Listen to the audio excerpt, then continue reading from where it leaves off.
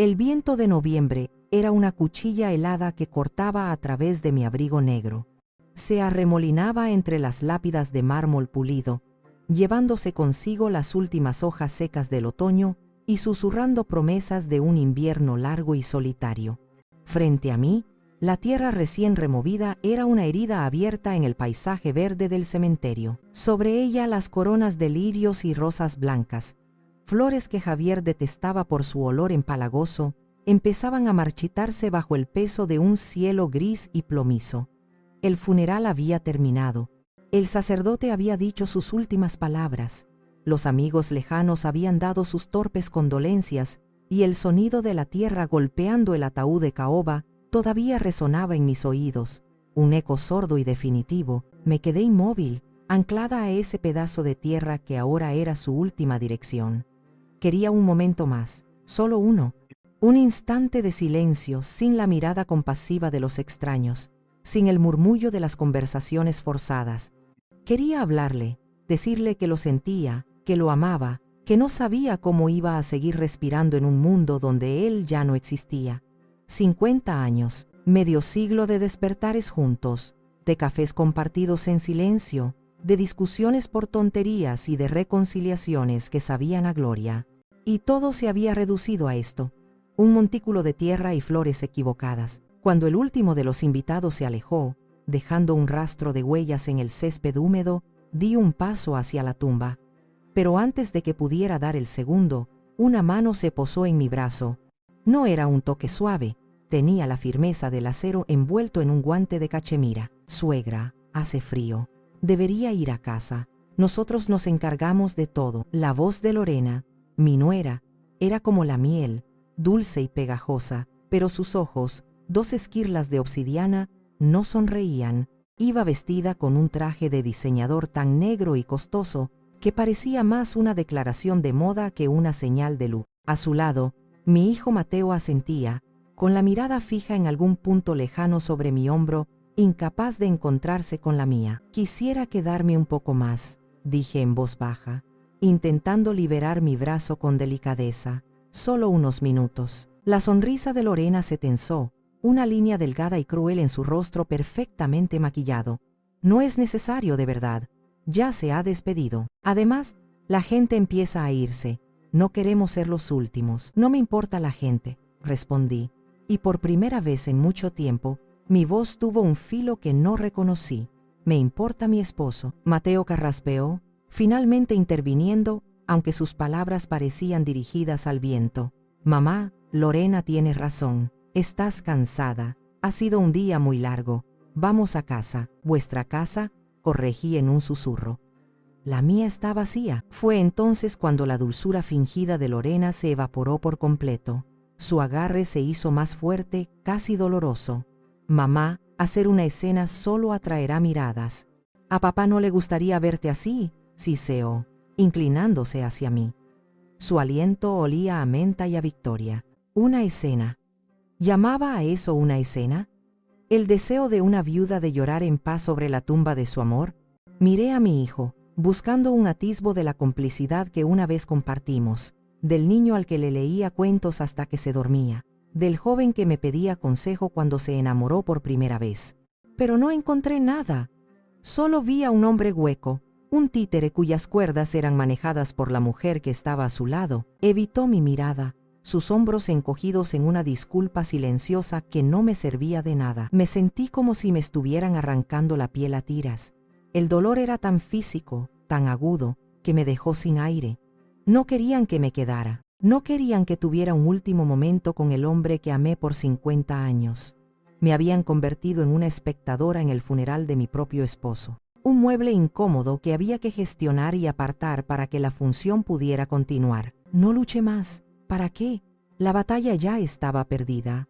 Asentí lentamente, una única e imperceptible inclinación de cabeza. Dejé que me guiaran hacia el coche negro que esperaba en el camino de grava, cada paso un mundo de distancia de la tumba de Javier. Mientras me metían en el asiento trasero como si fuera un paquete frágil, volví la vista atrás. Vi a Lorena darle una palmadita en la espalda a Mateo, un gesto de bien hecho. Antes de que ambos se volvieran hacia la tumba, no con pena, sino con la mirada calculadora de quienes evalúan una propiedad recién adquirida. El viaje de vuelta fue un borrón silencioso. El paisaje pasaba por la ventanilla, pero yo no veía nada. Solo sentía el frío que se había instalado en mis huesos. Un frío que no tenía nada que ver con el clima. Era el frío de la traición. El frío de la soledad más absoluta. Al llegar a la casa que había sido nuestro hogar, la que construimos juntos ladrillo a ladrillo, Mateo me acompañó hasta la puerta. «Descansa, mamá», dijo, todavía sin mirarme a los ojos. «Mañana vendremos a verte».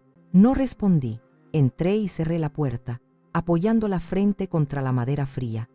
El silencio de la casa era ensordecedor. Cada rincón gritaba su ausencia. Su sillón de lectura vacío, sus gafas sobre la mesita, el olor de su loción de afeitar que aún flotaba en el aire del baño. Me dejé caer en el sofá, el mismo abrigo negro todavía puesto, y me quedé mirando la pared. Y en ese silencio, una claridad terrible y afilada comenzó a abrirse paso a través de la niebla de mi dolor. El incidente en el cementerio no había sido un error ni un malentendido fruto del estrés. Había sido una declaración de intenciones. El primer movimiento en una partida de ajedrez que yo ni siquiera sabía que estaba jugando.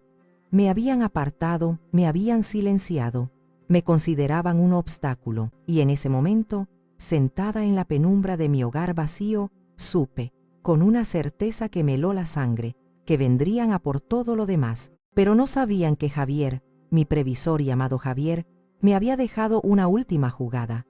Una jugada que ellos jamás verían venir. La casa estaba sumida en esa quietud densa que sigue a una catástrofe. El aire mismo parecía pesado, cargado de palabras no dichas y de un futuro incierto. Caminé como una sonámbula hasta nuestro dormitorio, el santuario que habíamos compartido durante décadas. Me detuve frente a mi viejo escritorio de roble, el que Javier me había regalado cuando publiqué mi primer ensayo en una revista literaria. Mis dedos, temblorosos, rozaron la superficie lisa y desgastada por el tiempo. Abrí el cajón inferior, el que rara vez usaba, y de debajo de una pila de viejos manuscritos, saqué un sobre amarillento. Dentro estaba la carta de aceptación de la Universidad de Salamanca, y junto a ella, un billete de avión para un vuelo de ida a Madrid, fechado 30 años atrás. El recuerdo me golpeó con la fuerza de una ola.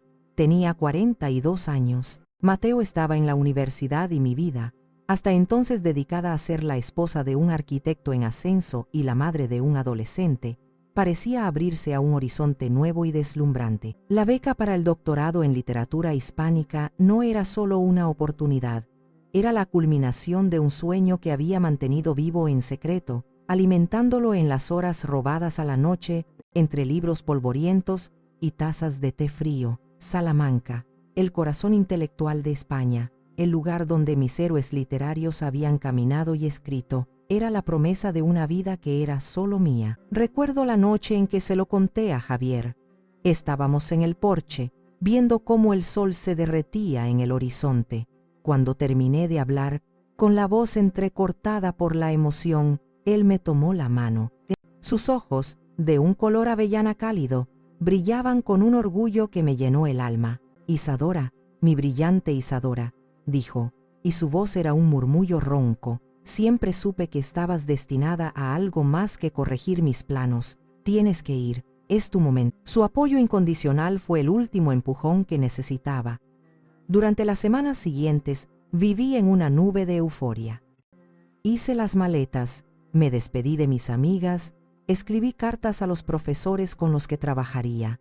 La casa se llenó de una energía nueva, la energía de mis sueños a punto de hacerse realidad. Y entonces, llegó la llamada. Era una noche de tormenta. Javier había estado trabajando hasta tarde durante semanas, su rostro cada vez más tenso, las líneas de preocupación grabadas alrededor de su boca. Yo estaba en mi estudio, releyendo a Unamuno, cuando sonó el teléfono. Era el socio principal de Javier. Su voz era grave, urgente, un proyecto crucial, el que iba a consolidar su estudio de arquitectura, se había venido abajo. Un inversor se había retirado en el último minuto. dejándolos con deudas masivas y al borde de la quiebra. Cuando Javier llegó a casa esa noche, parecía un hombre roto. Se sentó en su sillón, con la cabeza entre las manos, y por primera vez en todos nuestros años juntos, lo vi llorar. No eran lágrimas ruidosas, sino un temblor silencioso que sacudía todo su cuerpo. Habló de la ruina, de la vergüenza, de haberles fallado a sus empleados, de haberme fallado a mí. Todo por lo que hemos trabajado, Isadora, susurró. Todo se ha ido. Esa noche no dormí.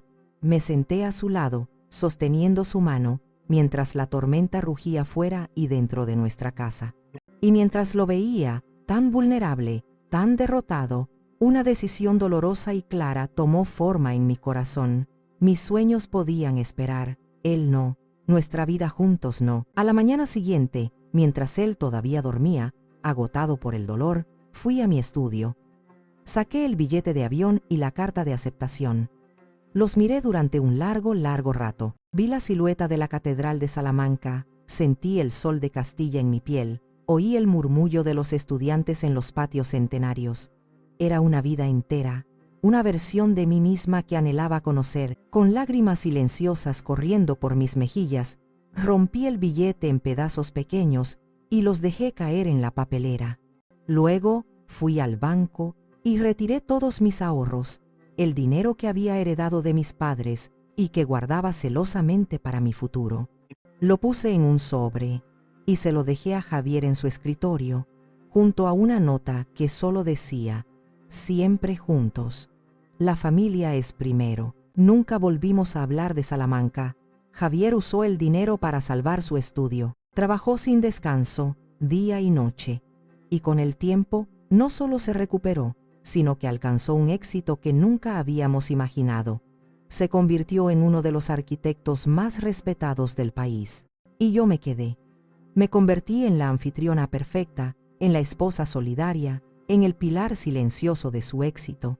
Enterré a la académica bajo capas de cenas de negocios y eventos de caridad, y una parte de mí, la parte que soñaba con bibliotecas antiguas y debates literarios, se marchitó y murió en silencio. Ahora, sosteniendo ese sobre amarillento en mis manos temblorosas, el dolor de ese sacrificio volvía con una intensidad brutal.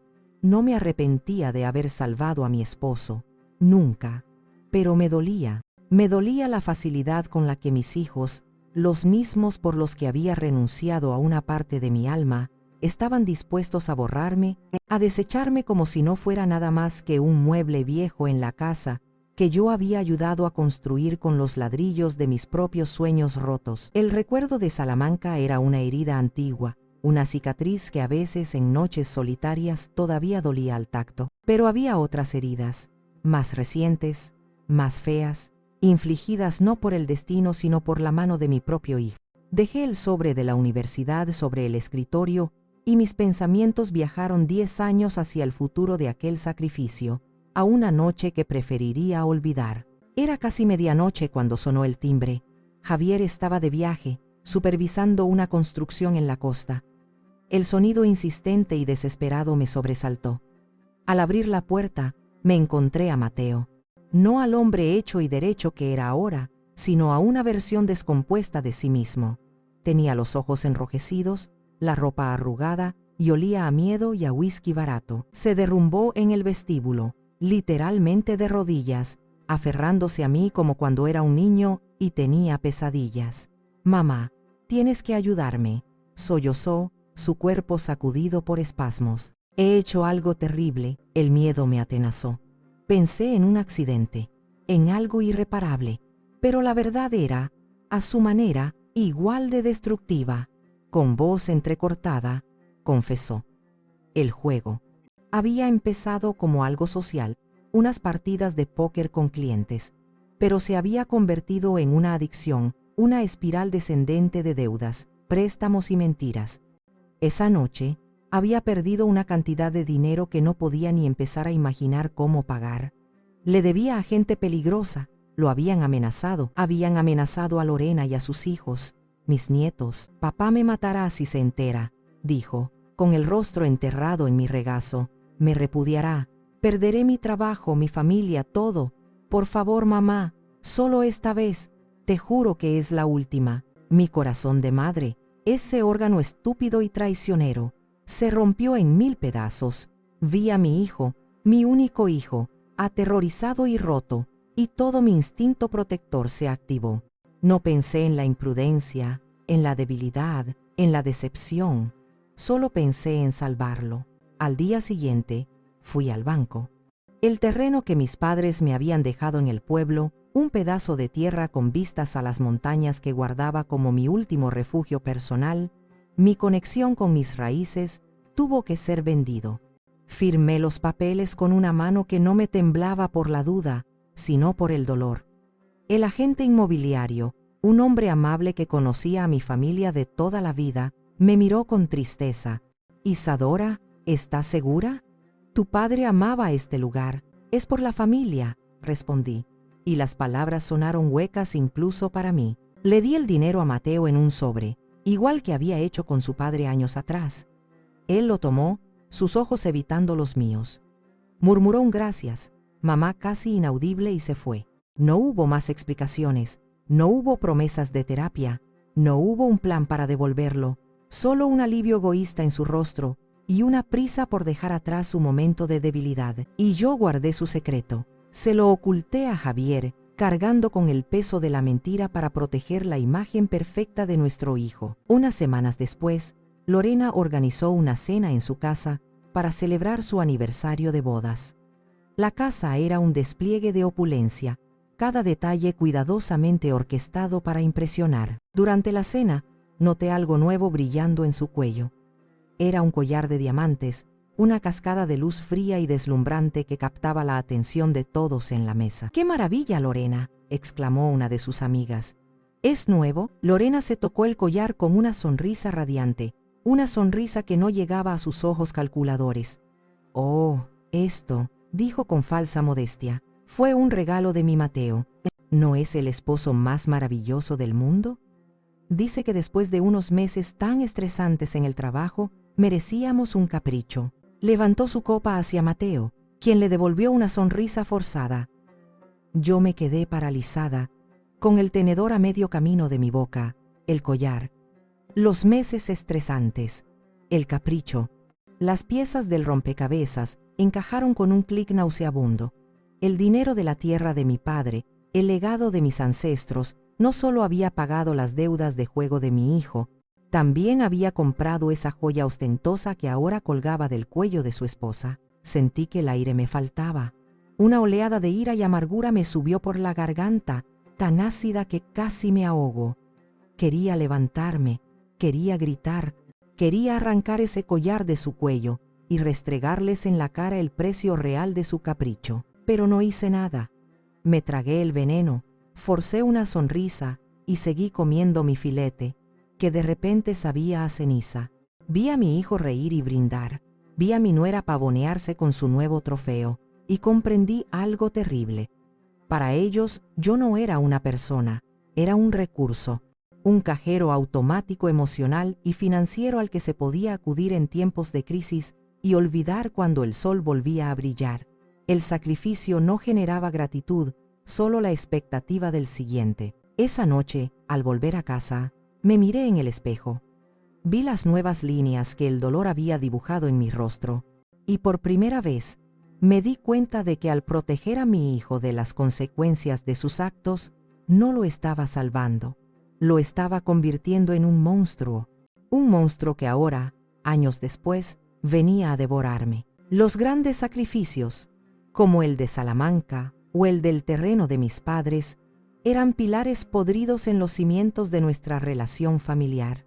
Pero el veneno más insidioso estaba en las pequeñas cosas, en las gotas diarias de desdén que, con el tiempo, erosionan hasta la roca más sólida del amor de una madre. Después de que Javier enfermara, la dinámica cambió sutilmente al principio y luego de forma descarada. Lorena, en particular, parecía ver mi creciente papel como cuidadora, no como un acto de amor, sino como una audición para mi propia obsolescencia. Sus visitas se volvieron más frecuentes, pero no para ayudar. Venía a inspeccionar. Recuerdo una tarde en que yo estaba agotada. después de una noche en vela cambiando las sábanas de Javier y administrándole su medicación.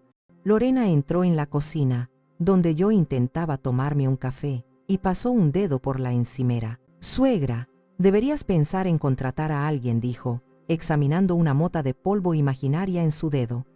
«No puedes con todo. Se te nota en la cara.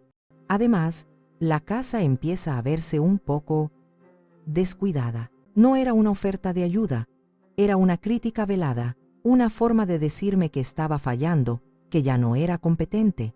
La miré, demasiado cansada para discutir, y solo asentí. Esa noche, la oí hablar por teléfono con Mateo en el pasillo.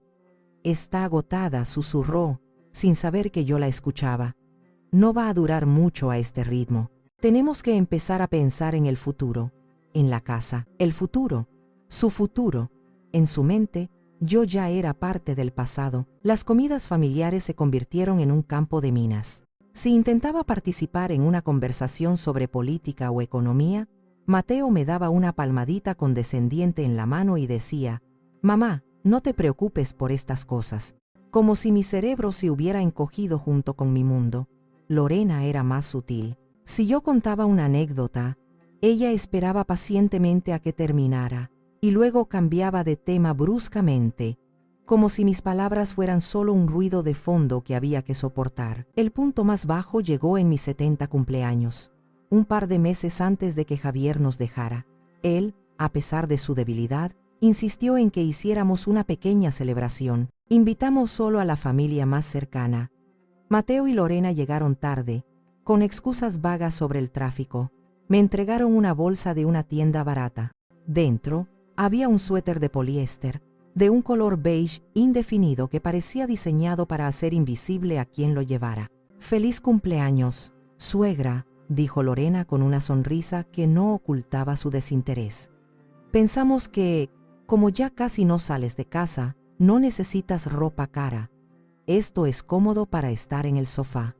El insulto fue tan descarado, tan cruelmente calculado, que me quedé sin palabras. Sostuve el suéter, sintiendo la tela áspera y barata bajo mis dedos. En ese momento, vi la mirada de Javier desde su sillón. A pesar de la enfermedad que nublaba sus ojos, vi una chispa de furia. Negó con la cabeza, un movimiento casi imperceptible, un mensaje silencioso solo para mí. Él lo veía, él lo sabía, y esa mirada fue mi único consuelo en un mar de humillación. Forcé una sonrisa. Murmuré un gracias. «Es muy práctico», y dejé la bolsa a un lado. 10 minutos después, llegó mi sobrina, la hija de mi hermana, y me entregó su regalo, una primera edición firmada de 100 años de soledad, sabiendo que era mi libro favorito. Lloré al abrirlo, y no solo por el libro. Lloré por el contraste, por el abismo que separaba un gesto de amor verdadero de una limosna de desprecio. Esa noche, cuando todos se fueron, me senté al lado de Javier. Él tomó mi mano, sus dedos frágiles pero firmes alrededor de los míos. Lo vi. «Isadora», susurró, con la voz debilitada por la enfermedad. «Veo cómo te tratan, como si ya no importaras». «No es nada, mi amor», mentí, tratando de protegerlo de más dolor, pero él sacudió la cabeza. «No, no es nada, es todo, y me duele más que esta maldita enfermedad. Me duele no poder protegerte de ellos». Esas palabras se quedaron conmigo. Eran la prueba de que no me estaba volviendo loca, de que no estaba imaginando el desprecio en sus ojos, la condescendencia en sus voces. Las grietas en la pared de nuestra familia se habían convertido en abismos, y yo estaba parada en el borde, a punto de caer. Y lo peor era que eran mis propios hijos quienes me estaban empujando. Una semana después del funeral, el luto todavía era una manta pesada sobre la casa. Cada objeto, cada sombra, me recordaba a Javier. Intentaba encontrar un nuevo ritmo, una forma de navegar por los días que se extendían ante mí, vacíos y silenciosos. Pero mi paz precaria fue destrozada por el sonido del timbre. Eran ellos. Mateo y Lorena entraron con una energía que chocaba violentamente con la quietud de mi duelo. No traían flores ni comida. Traían una cinta métrica y una libreta. «Hola, mamá», dijo Mateo, dándome un beso en la mejilla que se sintió frío y ensayado. Solo pasábamos a ver cómo estabas. Pero Lorena no perdió el tiempo con pretensiones. Suegra, hemos estado pensando, comenzó, mientras sus ojos recorrían el salón, no con nostalgia, sino con la mirada crítica de un tasador. Esta casa es demasiado grande para ti sola. Demasiado mantenimiento. Demasiados recuerdos tristes. Antes de que pudiera responder, sacó la cinta métrica de su bolso y comenzó a medir la pared donde colgaba nuestro retrato de bodas. Este espacio sería perfecto para una estantería empotrada, murmuró para sí misma, y luego, dirigiéndose a Mateo, dijo en voz alta, ¿y si tiramos este tabique? Podríamos tener una cocina de concepto abierto, mucho más moderna. Me quedé de pie en medio de mi propia sala, sintiéndome una extraña, una intrusa. Estaban rediseñando mi hogar, borrando mi vida, y yo todavía estaba de pie en ella. ¿Qué estáis haciendo?, pregunté, con la voz temblorosa. Fue Mateo quien respondió, aunque sus palabras sonaban como si las hubiera memorizado de un guión escrito por su esposa.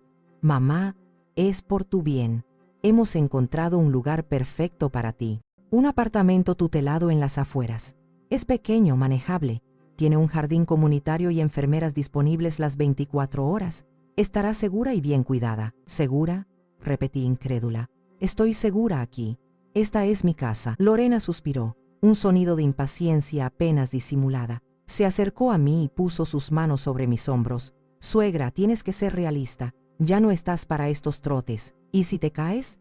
¿Y si te pasa algo? Necesitas supervisión. Nosotros tenemos nuestras vidas, nuestros trabajos. No podemos estar viniendo todos los días. Nadie os lo ha pedido, repliqué, mi voz ganando fuerza. Fue entonces cuando vi la vacilación en los ojos de Mateo. Un destello de culpa, de conflicto. Lorena, quizás es demasiado pronto para, comenzó a decir, con la voz baja. Pero Lorena lo cortó de raíz, girándose hacia él con una mirada afilada como un cuchillo. ¿Acaso no quieres lo mejor para tu madre, mi amor?, dijo, su voz goteando un sarcasmo dulce y venenoso. ¿O prefieres que esperemos a que ocurra una desgracia? Piensa en ello. Sería nuestra responsabilidad. La palabra responsabilidad pareció golpear a Mateo como un puñetazo. Se encogió, derrotado. La pequeña rebelión había sido aplastada antes de nacer. Volvió a su papel de cómplice silencioso. Lorena, sintiendo su victoria, continuó su asalto. Sacó un catálogo de su bolso y lo abrió sobre la mesa del comedor. Mira, este es el complejo. Se llama Atardecer Dorado. ¿No es un nombre encantador? Tienen club de lectura y clases de bingo. ¡Bingo! Querían reducir mi vida, mi mente, mi mundo a una partida de bingo en un lugar llamado Atardecer Dorado. La ironía era tan cruel que casi me reí. Era el atardecer de mi vida, y ellos estaban ansiosos por acelerar la llegada de la noche. No voy a ir a ningún sitio, dije, mi voz ahora firme, anclada por una ira fría que desplazaba al dolor. Esta es la casa que Javier y yo construimos, y aquí me voy a quedar. Lorena cerró el catálogo de golpe. Su máscara de falsa preocupación se cayó, revelando el rostro duro y codicioso que se escondía debajo. No creo que lo entiendas, suegra, dijo, su voz bajando a un siseo amenazante. Las cosas van a cambiar, te guste o no, solo intentamos hacerlo por las buenas. Se levantaron para irse. En la puerta, Lorena se detuvo y se giró. Piénsalo. Sería mucho más fácil para todos si cooperaras. Cuando la puerta se cerró, el silencio que dejaron atrás era diferente. Ya no era el silencio del duelo. Era el silencio que precede a la batalla. Habían declarado la guerra, habían invadido mi hogar y habían intentado desterrarme de mi propia vida. Y mientras miraba el catálogo de Atardecer Dorado que habían dejado olvidado sobre mi mesa, una resolución de acero se forjó en mi interior. No iba a cooperar, no iba a rendirme, iba a luchar, y gracias a Javier tenía las armas para hacerlo. Los días que siguieron a la invasión de mi hogar fueron una tortura silenciosa. Vivía en un estado de alerta constante, sobresaltándome con cada sonido del teléfono, con cada coche que se detenía en la calle. Sabía que volverían, y no sabía qué forma tomaría el siguiente ataque. Intenté encontrar consuelo en mis libros, pero las palabras de mis autores queridos parecían distantes, incapaces de penetrar la coraza de ansiedad que me rodeaba. Fue una tarde de martes cuando sonó el teléfono. Vi el número en la pantalla y mi corazón dio un vuelco. Era el señor Ramírez, el abogado de Javier, un hombre recto y amigo de la familia durante más de 40 años. «Isadora, querida, ¿cómo estás?», preguntó su voz grave y amable. «Sobreviviendo, Antonio», respondí, la primera verdad que decía en días. «Te llamo para informarte que he fijado la fecha para la lectura del testamento de Javier. Será el próximo lunes, a las 10 de la mañana, en mi despacho. Te enviaré la citación oficial por correo, pero quería decírtelo personalmente. Un testamento. En medio de la guerra silenciosa, casi lo había olvidado. Una pequeña llama de esperanza se encendió en mi pecho. Javier era un hombre justo. Seguramente se habría asegurado de que yo estuviera protegida. Gracias, Antonio. Allí estaré», dije, sintiendo un nudo en la garganta. Apenas colgué, cometí un error nacido de la costumbre, de la ilusión de que todavía existía un vínculo de confianza. Llamé a Mateo. «Hijo, acabo de hablar con el señor Ramírez», le dije, intentando que mi voz sonara normal. «La lectura del testamento es el próximo lunes». Hubo un silencio al otro lado de la línea, un silencio cargado de cálculo. «Ah, bien. Gracias por avisar, mamá. Yo me encargo de todo», y colgó. La brevedad de la llamada, el tono evasivo de su voz, me dejaron una sensación de inquietud. Pero la deseché, diciéndome que estaba siendo paranoica. Unas horas más tarde, el teléfono volvió a sonar. Esta vez era un número desconocido. Contesté con cautela. «Suegra», la voz de Lorena. Pero no era su tono habitual. Falsamente dulce. Era una voz fría, metálica, despojada de todo artificio. «Sí, Lorena, soy yo. Mateo me ha dicho que has hablado con el abogado», dijo, sin preámbulos. «Así es. Escucha con atención, Isadora», continuó, y el uso de mi nombre de pila, sin el suegra, fue como una bofetada. «No es necesario que vengas el lunes. Es un mero formalismo». Me quedé en silencio, intentando procesar la audacia de sus palabras. «¿Un formalismo?», repetí, incrédula. «Sí, Javier nos lo dejó todo a Mateo y a mí, a su único hijo y a su familia. Es lo lógico. Tú tienes la pensión, por supuesto. Estarás bien». Su voz era plana, como si estuviera dictando los términos de una rendición. «Tu presencia solo complicaría las cosas, las haría más emocionales, innecesariamente. Te enviaremos una asignación mensual. No te preocupes. Seremos generosos». Generosos. Iban a robarme la herencia de mi esposo, el fruto del trabajo de toda una vida, y me ofrecían una asignación como si fuera una empleada a la que se despide. La insolencia era tan monumental que me dejó sin aliento. «Es el testamento de mi esposo», dije, mi voz temblando de una ira que apenas podía contener. «Tengo derecho a estar allí». Oí su risa al otro lado de la línea, una risa corta, seca y despectiva. «¿Derechos? Qué graciosa eres. El único derecho que tienes es a no molestarnos. Ya has sido una carga suficiente cuidando de papá en sus últimos meses. Ahora es nuestro turno de tomar las riendas. Así que no vengas el lunes, ¿entendido? No te queremos allí». Y con esas palabras, colgó. Me quedé de pie, con el teléfono en la mano, el pitido de la línea muerta resonando en mi oído. El dolor en mi rostro, el que había sentido desde la muerte de Javier, se transformó. Sentí cómo los músculos de mi cara se tensaban, cómo la tristeza se evaporaba, reemplazada por una calma helada y aterradora. El shock dio paso a una claridad absoluta. Ya no había dudas. Ya no había esperanzas de un malentendido. Era una conspiración, un golpe de estado familiar, y acababan de cometer su error más grande. No solo me habían subestimado, me habían dado la prueba final que necesitaba. Caminé hacia el retrato de Javier que colgaba sobre la chimenea. Lo miré a los ojos, a esa mirada suya llena de inteligencia y de un amor profundo. «Lo sé, mi vida», susurré al retrato. «Sé lo que tengo que hacer». En ese instante, la mujer que lloraba en los rincones murió.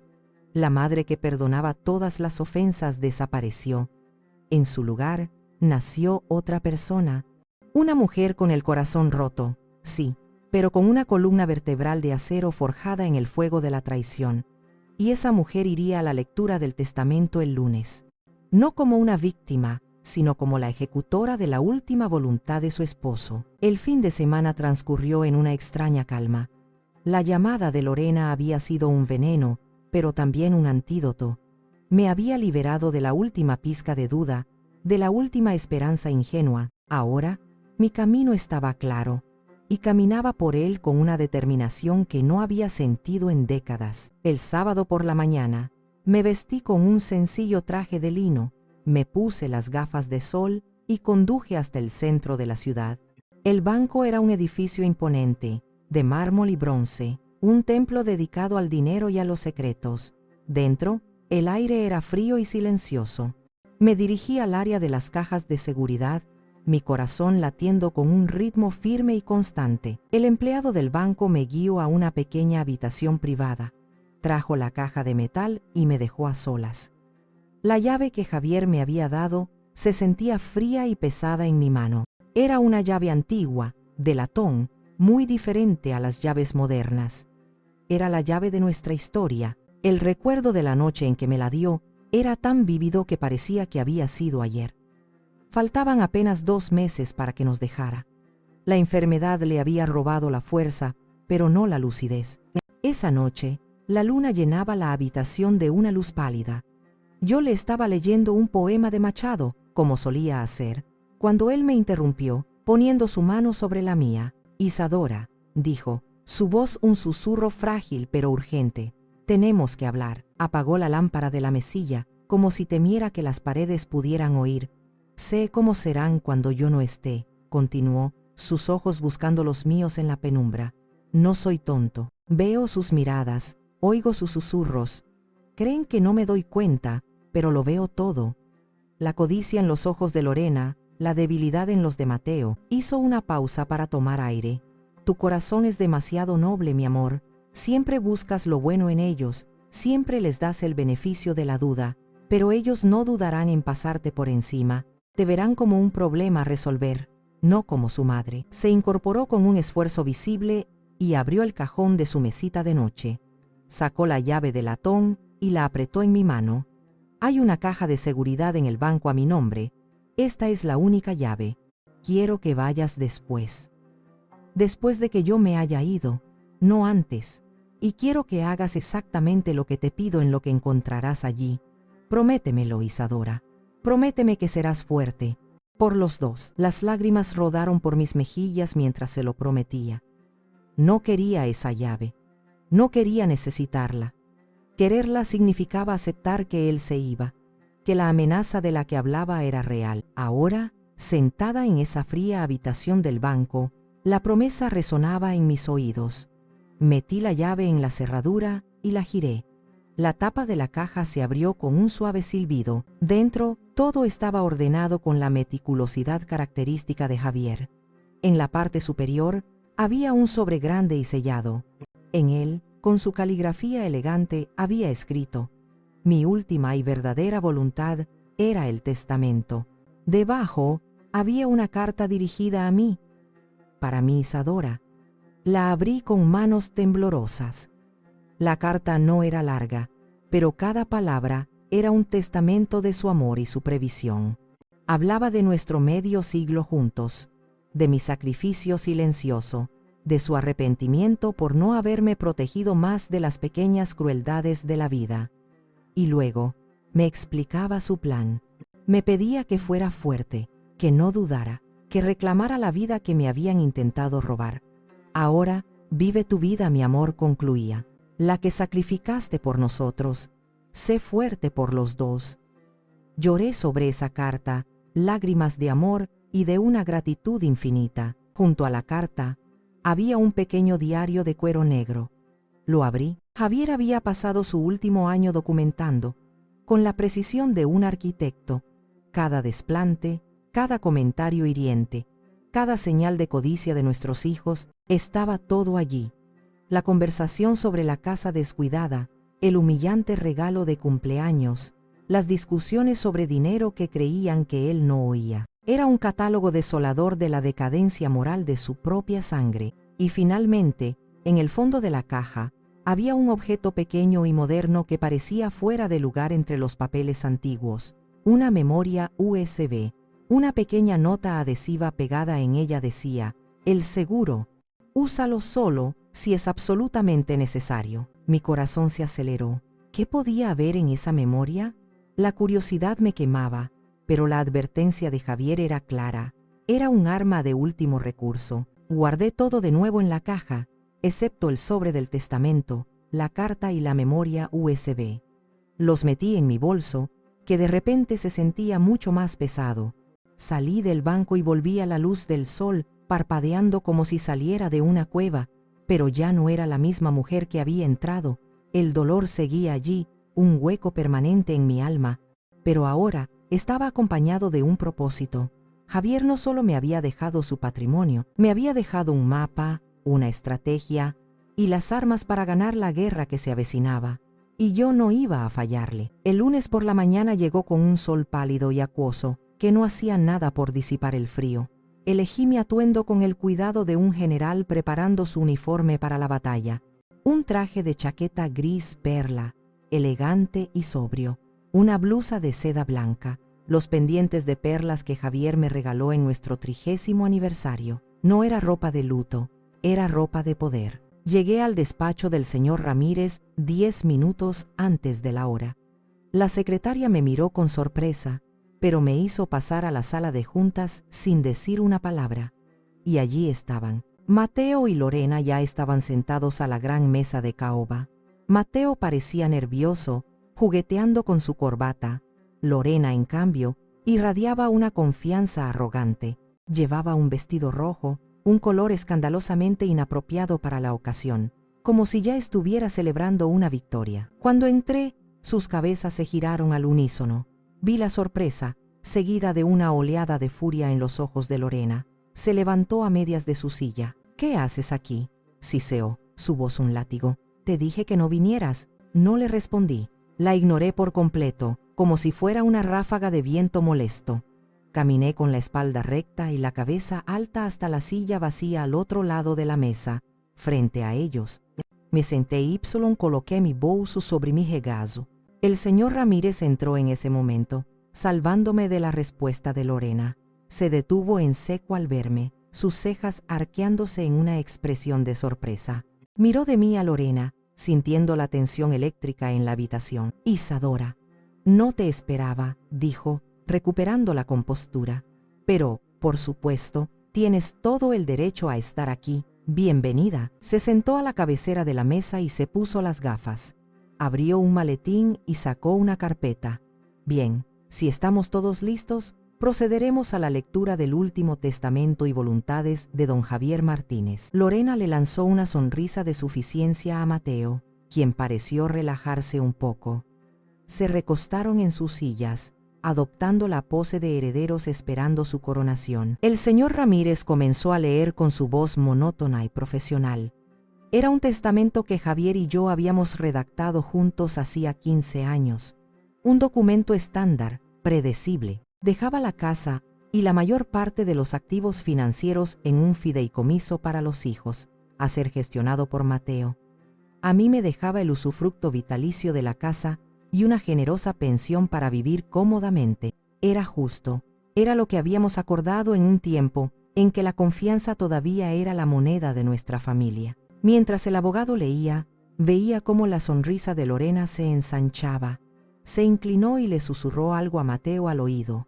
Él asintió, con una expresión de alivio y triunfo. Me miraron una vez, una mirada rápida y despectiva, como confirmando que mi presencia era, en efecto, irrelevante. Yo permanecí en silencio, con las manos cruzadas sobre mi bolso, mi rostro una máscara de serenidad. Dejé que disfrutaran de su momento, dejé que la arrogancia los cegara. Finalmente, el señor Ramírez leyó la última cláusula y cerró la carpeta. «Y eso es todo», dijo, quitándose las gafas. «Mis condolencias de nuevo por vuestra pérdida». Mateo carraspeó, enderezándose en su silla, ya asumiendo su nuevo papel de patriarca. «Gracias, señor Ramírez». Agradecemos su profesionalidad. Ahora, si nos disculpa, mi madre y nosotros tenemos asuntos que discutir sobre la transición. La palabra transición flotó en el aire, cargada de amenaza. Era el eufemismo para mi exilio a atardecer dorado, pero antes de que pidiera continuar, levanté la mano. Un momento, por favor, dije. Mi voz sonó clara y firme en el silencio de la sala. Los tres se giraron para mirarme. Señor Ramírez, continué, mirándolo directamente a los ojos. Con todo el respeto que le profeso a usted y a su trabajo, creo que esa no fue la última voluntad de mi esposo. Un silencio atónito se apoderó de la habitación. Lorena soltó una risita nerviosa. ¿De qué está hablando? ¿Se ha vuelto loca? No le hice caso. Lentamente abrí mi bolso. Saqué la carpeta azul que había preparado, la misma que contenía el sobresellado que Javier me había dejado. La coloqué sobre la mesa de caoba pulida con un sonido suave y definitivo, y la deslicé hacia el abogado. Creo, dije, con una calma que no sabía que poseía, que encontrará este documento mucho más reciente y mucho más interesante. El señor Ramírez miró la carpeta azul que yacía entre él y yo sobre la mesa. Dudó un instante, sus ojos yendo de mi rostro impasible al de Lorena, que ahora estaba rojo de ira. Finalmente, con la curiosidad profesional, superando a la cautela, alargó la mano y la abrió. Sacó el sobresellado. Reconoció al instante el sello de cera con las iniciales de Javier, el que usaba solo para sus documentos más personales e importantes. Rompió el sello con cuidado y desdobló el papel. Sus ojos recorrieron las primeras líneas y vi cómo su expresión cambiaba. La profesionalidad dio paso a la sorpresa, luego al asombro. Se recostó ligeramente en su silla y carraspeó. Esto parece ser un codicilo al testamento, dijo, su voz teñida de incredulidad. Fechado hace 3 meses, firmado y notariado, y anula todas las disposiciones anteriores. Eso es imposible, exclamó Lorena, poniéndose de pie de un salto. Mi suegro no estaba en su sano juicio. Esta mujer lo manipuló, lo coaccionó. Por favor, siéntese, señora, dijo el abogado, su tono ahora más severo. El documento incluye un certificado médico adjunto que confirma la plena capacidad mental de don Javier en el momento de la firma. Lorena se dejó caer en su silla pálida. Mateo la miraba, con la boca entreabierta, completamente perdido. Procederé a leer las disposiciones principales de este nuevo testamento, anunció el señor Ramírez. Se aclaró la garganta y comenzó a leer. Yo, Javier Martínez, en pleno uso de mis facultades mentales, lego la totalidad de mis bienes, presentes y futuros, incluyendo todas las propiedades inmobiliarias, cuentas bancarias, inversiones, acciones de la empresa y posesiones personales. A mi amada esposa, Isadora Vega, como única y universal heredera. El silencio que siguió fue tan profundo que pude oír el zumbido de las luces fluorescentes del techo. La cara de Lorena se había descompuesto. El color huyó de sus mejillas, dejándola con una palidez cerúlea. Mateo simplemente parpadeaba, como si no pudiera comprender las palabras que acababa de escuchar. «Es un fraude», gritó Lorena, su voz estridente y aguda. «Lo impugnaremos, demostraremos que lo engañó». Fue entonces cuando hablé por segunda vez. «Adelante, inténtalo», dije, mi voz tranquila y cortante como el hielo. «Pero quizás el señor Ramírez debería leerles la cláusula séptima, la que habla sobre las impugnaciones». El abogado buscó la cláusula y asintió. En efecto, la cláusula séptima estipula que cualquier beneficiario que impugne la validez de este testamento perderá automáticamente el derecho a cualquier legado, por pequeño que sea, que pudiera corresponderle. Hizo una pausa y añadió: en este caso, el testamento deja una pequeña asignación mensual para cada uno de ustedes, condicionada a su buen comportamiento hacia su madre. Si impugnan, pierden incluso eso. Era Jacquemat, pero Javier no había terminado. Había previsto su desesperación, su negación. «Hay más», le dije al abogado, abriendo de nuevo mi bolso. Saqué la carta que Javier me había escrito. Mi esposo me pidió que esto se leyera en voz alta. El señor Ramírez tomó la carta y, con una mirada de compasión hacia mí, Comenzó a leer las palabras de Javier. La carta era una condena devastadora. Hablaba de su amor por mí, de su decepción por la codicia de su hijo y la crueldad de su nuera. Describía, con doloroso detalle, cómo los había visto transformarse en extraños, en buitres esperando sobrevolar el cadáver. Cuando terminó, las lágrimas corrían por las mejillas del viejo abogado. Mateo había hundido la cara entre sus manos. Lorena temblaba, pero todavía había desafío en sus ojos. Son solo palabras. Palabras de un viejo enfermo y senil, manipulado por una. Basta, la interrumpí, mi voz resonando con una autoridad que los dejó helados. Saqué el último objeto de mi bolso, la pequeña memoria USB. La coloqué sobre la mesa, y esto, dije, es la prueba. El señor Ramírez, entendiendo al instante, conectó la memoria a su ordenador portátil. Y entonces, la voz de Lorena llenó la sala, clara y nítida, gracias a la grabadora que Javier había escondido en su habitación. Cuando el viejo finalmente se muera, la mudaremos a Atardecer Dorado. Diremos que es por su bien. No se resistirá. Nunca lo hace. Luego, la voz de Mateo, débil pero cómplice. ¿Y la casa?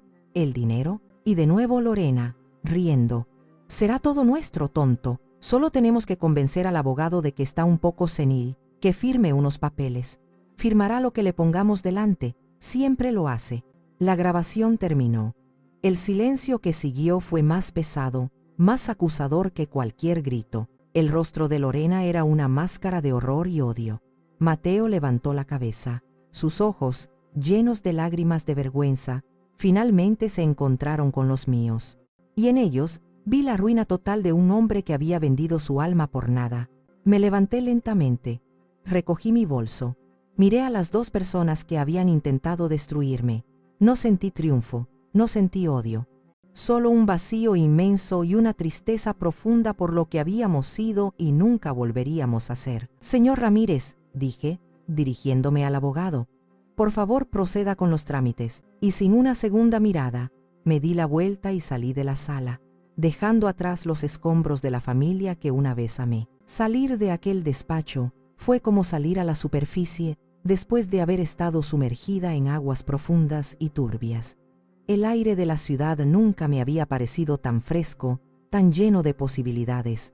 No me sentía eufórica, sino extrañamente ligera, como si me hubiera quitado de encima un peso que llevaba cargando durante años sin ser plenamente consciente de él. Mi primera llamada no fue a un agente inmobiliario ni a un asesor financiero. Fue a mi hermana, Elena. Vivía en la costa, y aunque hablábamos a menudo, le había ocultado la verdadera profundidad del desprecio de mis hijos, en parte por vergüenza, en parte para proteger la imagen de la familia perfecta que ya no existía. Cuando escuchó mi voz, supo que algo había cambiado. Isadora, ¿qué ha pasado? Y por primera vez, se lo conté todo. La humillación en el cementerio, el plan para exiliarme, la confrontación en el despacho del abogado. Hablé sin parar, las palabras saliendo a borbotones, una confesión largamente reprimida. Cuando terminé, hubo un silencio al otro lado de la línea y luego la escuché llorar. Lo siento tanto, hermana, sollozó. Siento no haber estado ahí, siento no haber insistido más. Siempre supe que esa mujer era un alacrán, pero nunca imaginé. No es culpa tuya, Elena, la interrumpí suavemente. Es mía, por no haber querido ver. Y entonces, apoyada contra la pared de un edificio en una calle bulliciosa, lloré. No eran las lágrimas de dolor o de pérdida que había derramado por Javier. Eran lágrimas de alivio, de liberación, lágrimas que limpiaban las últimas telarañas de la ilusión. Estaba sola, sí, pero por primera vez en mucho tiempo no me sentía solitaria.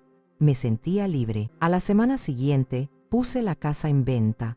El agente inmobiliario, un joven enérgico, me habló de potencial de mercado y de maximizar el valor. Yo solo veía fantasmas. Cada habitación guardaba un eco de una risa, de una discusión, de una vida que ya se había ido. Venderla no fue un acto de dolor, sino un exorcismo necesario. Se vendió rápidamente, a una familia joven con niños pequeños. Cuando les entregué las llaves, Vi la emoción en sus ojos y recé en silencio para que llenaran esas paredes con recuerdos más felices que los últimos que yo había vivido allí. Las consecuencias para Mateo y Lorena no tardaron en llegar. Las historias, especialmente las jugosas y escandalosas, tienen una forma de filtrarse en los círculos adecuados. No sé si fue el señor Ramírez, horrorizado por su conducta, o la secretaria del despacho, pero la grabación de audio se convirtió en la comidilla de la élite de la ciudad. Me enteré por Elena, quien a su vez se enteró por una amiga en común. El prestigioso estudio de arquitectura de Mateo empezó a perder clientes. Nadie quería confiar sus proyectos a un hombre que había intentado estafar a su propia madre. Lo invitaron a renunciar a varias juntas directivas. Su nombre, antes un sinónimo de éxito, ahora estaba manchado por la vergüenza. Lo de Lorena fue más espectacular. La organización benéfica que presidía, su plataforma para el lucimiento social, le pidió la dimisión después de que varios donantes importantes retiraran sus fondos. Las invitaciones a fiestas y eventos dejaron de llegar. Sus amigas cruzaban la calle para no tener que saludarla. Se convirtió en una paria, despojada del estatus social por el que tanto había luchado. Su matrimonio, construido sobre la ambición y la codicia, no pudo soportar la presión del fracaso. Unos meses después, se separaron. Yo no sentí ninguna alegría por su caída, solo una profunda y desoladora tristeza. Habían tenido tanto y lo habían tirado todo por la borda por querer más. Con el dinero de la venta de la casa y la herencia de Javier, compré un ático en el centro de la ciudad. Era moderno, lleno de luz, con una terraza que ofrecía una vista panorámica de los tejados y las montañas a lo lejos. No era una casa familiar, era el refugio de una mujer. Lo llené de libros, de arte que siempre había querido comprar y de plantas que me recordaban que la vida siempre encuentra una forma de crecer, incluso después del invierno más duro. Y en esa terraza, con una copa de vino en la mano, viendo cómo las luces de la ciudad se encendían al atardecer, empecé a sentir algo que había olvidado. Paz. La paz no llegó como una revelación repentina, sino como el lento amanecer de un día de verano. Se fue instalando en mi vida a través de pequeños actos de autorreivindicación, de placeres sencillos que me había negado durante demasiado tiempo. Una de las primeras cosas que hice fue inscribirme en un club de jardinería del Jardín Botánico de la ciudad. Siempre me había gustado la tierra, la magia de ver una semilla convertirse en flor, pero nunca había tenido tiempo. Ahora, el tiempo era todo mío. Allí conocí a un grupo de mujeres, la mayoría de mi edad, viudas, divorciadas, mujeres que, como yo, estaban aprendiendo a cultivar un nuevo jardín en la segunda mitad de sus vidas. Hablábamos de compost y de plagas, pero también hablábamos de nuestros hijos, de nuestros miedos, de nuestros sueños olvidados. En la compañía de esas mujeres, con las manos manchadas de tierra, aprendí que mi historia no era única, era la historia de muchas. Y en esa comunidad encontré una fuerza inesperada. Empecé a viajar, no a grandes destinos exóticos, sino a pequeños pueblos con encanto que siempre había querido visitar. Viajaba sola, con un buen libro como única compañía. Aprendí a sentarme en un café sin sentirme observada, a disfrutar de una comida sin la necesidad de una conversación, a caminar por calles desconocidas guiada solo por mi curiosidad. Descubrí que me gustaba mi propia compañía, que la mujer que había vivido a la sombra de otros tenía sus propias opiniones, sus propios gustos, su propia voz. Y un día, hice el viaje que había pospuesto durante 30 años. Compré un billete de avión a Madrid y tomé un tren a Salamanca. Caminar por las calles de esa ciudad antigua fue como encontrarme con un fantasma, el fantasma de la mujer que pude haber sido. Visité la universidad, toqué las paredes de piedras centenarias, me senté en la biblioteca, aspirando el olor a cuero y a papel viejo. No sentí pena ni arrepentimiento, sentí una extraña sensación de cierre. Esa joven académica soñadora seguía viva dentro de mí. No había muerto, solo había estado esperando pacientemente su turno. Pero el acto más significativo de mi nueva vida fue la creación de la beca de arquitectura Javier Martínez. Usé una parte considerable de la herencia para establecer una fundación que otorgaría una beca completa cada año a un estudiante de arquitectura talentoso, pero sin recursos económicos. Era algo que Javier siempre había querido hacer, pero que nunca había encontrado el momento. La primera ceremonia de entrega de la beca fue un evento sencillo, celebrado en la universidad. El ganador fue un joven brillante de una familia humilde. Sus ojos brillaban de gratitud y de una emoción abrumadora. Cuando me subí al estrado para entregarle el diploma, no hablé de dinero ni de edificios. Hablé del legado de Javier, de su creencia de que la arquitectura no se trataba solo de construir estructuras, sino de construir sueños. Mientras hablaba, vi entre el público a algunos de los antiguos colegas de Javier. Vi el respeto en sus ojos. No veían a la viuda desamparada, sino a la guardiana de la llama de su esposo, una mujer que había transformado su dolor en una oportunidad para otros. Esa noche, en mi ático, sostuve el diploma enmarcado de la beca. Había vendido la casa donde crié a mi familia. Había perdido a mi hijo, pero había construido algo nuevo, algo que perduraría, algo que llevaba el nombre de mi esposo y la fuerza de mi renacimiento. Mi vida ya no se definía por lo que había perdido, sino por lo que estaba eligiendo construir cada día. Mi jardín estaba floreciendo, no solo en las macetas de mi terraza, sino en el interior de mi alma, y sus flores eran más vibrantes y hermosas de lo que nunca hubiera imaginado. Pasaron casi 2 años. 2 años de mañanas tranquilas, de tardes en el jardín botánico y de noches llenas de buena lectura. El dolor por la pérdida de Javier se había suavizado, transformándose en una presencia cálida y constante, un amor que ya no dolía, sino que acompañaba. El recuerdo de la traición de mis hijos se había desvanecido, como una vieja fotografía que pierde sus colores, ya no ocupaban el centro de mis pensamientos. Una tarde, mientras regaba mis geranios en la terraza, sonó el portero automático. No esperaba a nadie. Con cautela contesté, «Sí, soy yo, mamá. Soy Mateo». Su voz era más delgada, más vacilante de lo que recordaba. Por un instante mi primer impulso fue colgar, cerrar la puerta a ese pasado doloroso. Pero la mujer que era ahora, la mujer que había encontrado la paz, sabía que la paz verdadera no se construye sobre puertas cerradas, sino sobre cuentas saldadas. «Sube», dije, y mi propia calma me sorprendió. Cuando abrí la puerta, apenas lo reconocí. Había perdido peso, tenía ojeras profundas, y su pelo, antes impecable, mostraba hebras grises que no estaban allí la última vez que lo vi. Su traje caro le quedaba grande, como si perteneciera a otro hombre, a otra vida. No llevaba la arrogancia de antes, solo un cansancio infinito. No me pidió entrar, se quedó en el umbral, con la mirada baja. «Me divorcié de Lorena», dijo, sin preámbulos. Se fue del país, se llevó a los niños. Asentí en silencio, sin saber qué decir.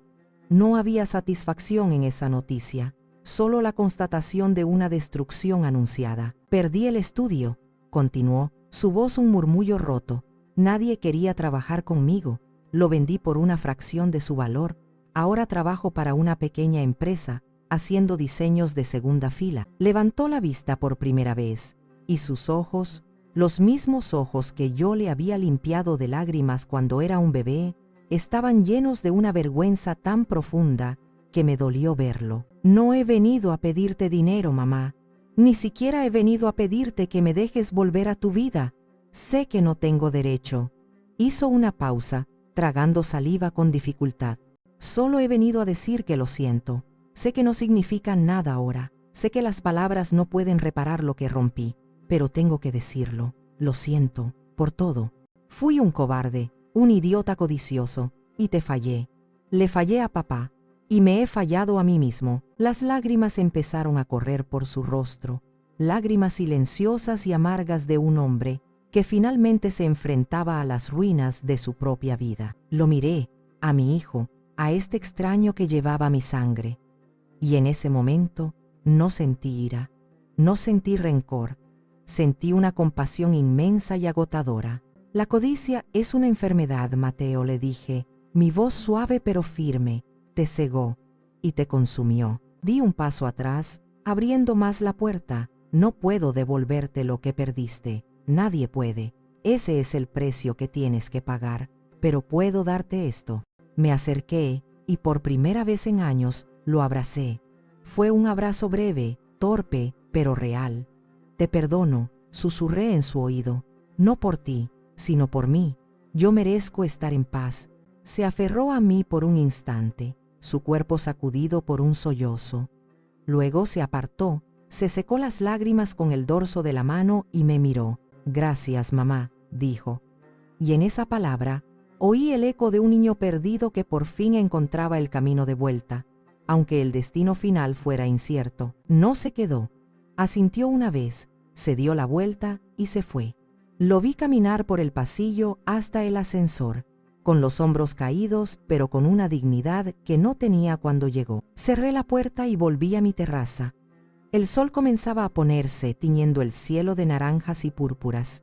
El perdón no había borrado el pasado, no había reparado la relación rota, pero me había liberado de la última cadena que me ataba a ese dolor. Tomé uno de mis libros, uno de mis favoritos, sobre las grandes heroínas de la literatura, mujeres que lucharon, que amaron, que perdieron y que se levantaron de sus cenizas. Y mientras pasaba las páginas, una sonrisa se dibujó en mi rostro. Pasé mi vida leyendo sobre ellas, admirándolas, sin darme cuenta de que la vida misma me estaba pidiendo que me convirtiera en una. Nunca imaginé que la historia más importante que me tocaría vivir sería la mía, y por fin había escrito el final que yo quería.